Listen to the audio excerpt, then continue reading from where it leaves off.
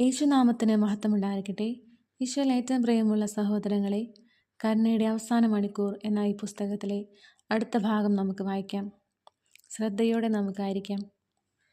കരുണയുടെ സമയം count down ആരംഭിച്ചു കഴിഞ്ഞു. എൻ്റെ മക്കളെ, ആകുലതയുടെ, വിനാശത്തിൻ്റെ, ക്ഷാമത്തിൻ്റെ നാളുകൾ അടുത്തു വരുന്നു.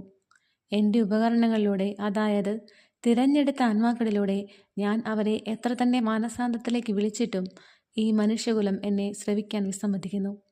അവർ തങ്ങളുടെ മുഖമല്ല പുറമാണ് എൻ്റെ നേരെ തിരിക്കുന്നത്. ഈ കാലത്തെ ഉദ്ദേശിച്ച് വിശുദ്ധ ഗ്രന്ഥത്തിൽ പറഞ്ഞിട്ടുള്ളതെല്ലാം അതിൻ്റെ പൂർണ്ണതയിൽ നിറവേറിക്കൊണ്ടിരിക്കുകയാണ്. മഹാഭൂരിപക്ഷത്തെയും എൻ്റെ മുന്നറിയിപ്പ് അപ്രതീക്ഷിതമായിട്ടായിരിക്കും പിടികൂടുന്നത്. കരുണയുടെ സമയത്തിൻ്റെ കൗണ്ട് ഡൗൺ നടന്നുകൊണ്ടിരിക്കുന്നു. എൻ്റെ നീതി ആഗതമാകുന്നതിന് മുൻപേ സംഭവിക്കാനുള്ള കാര്യങ്ങൾ നേരത്തെ പ്രവചിക്കപ്പെട്ടിട്ടുള്ള മുന്നറിയിപ്പും അത്ഭുതവുമായിരിക്കും.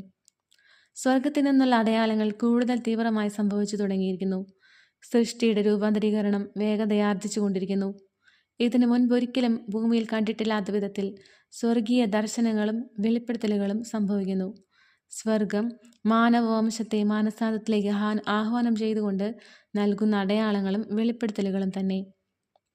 എന്നാൽ മനുഷ്യർ ആത്മീയമായി മന്ദതയിൽ തന്നെ തുടരുന്നു.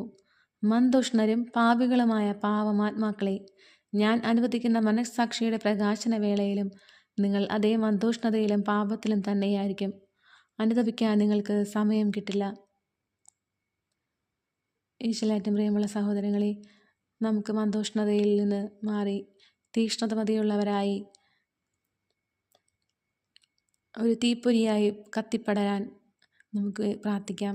ഈശോയുടെ കാരുണ്യത്തിന് നമുക്ക് യാചിക്കാം. ഈശോയുടെ കരുണയിൽ നമുക്ക് ആശ്രയിക്കാം.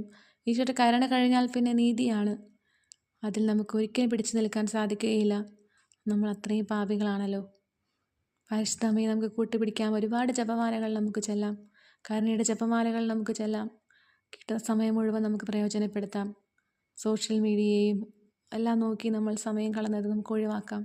കൊച്ചു കൊച്ചു ത്യാഗങ്ങൾ ചെയ്യാം, പരിഹാര പ്രവൃത്തികൾ ചെയ്യാം, ദാനധർമ്മങ്ങൾ ചെയ്യാം, വിശുദ്ധ കുർബാനയിൽ സജീവമായി പങ്കെടുക്കാം.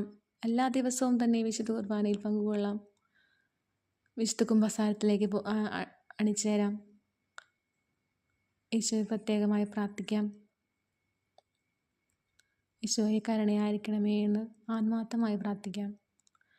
കർത്താവായ ദൈവം നമ്മളെല്ലാവരും സമൃദ്ധമായി അനുഗ്രഹിക്കട്ടെ. ആമേൻ. Ave Maria. Praise the Lord.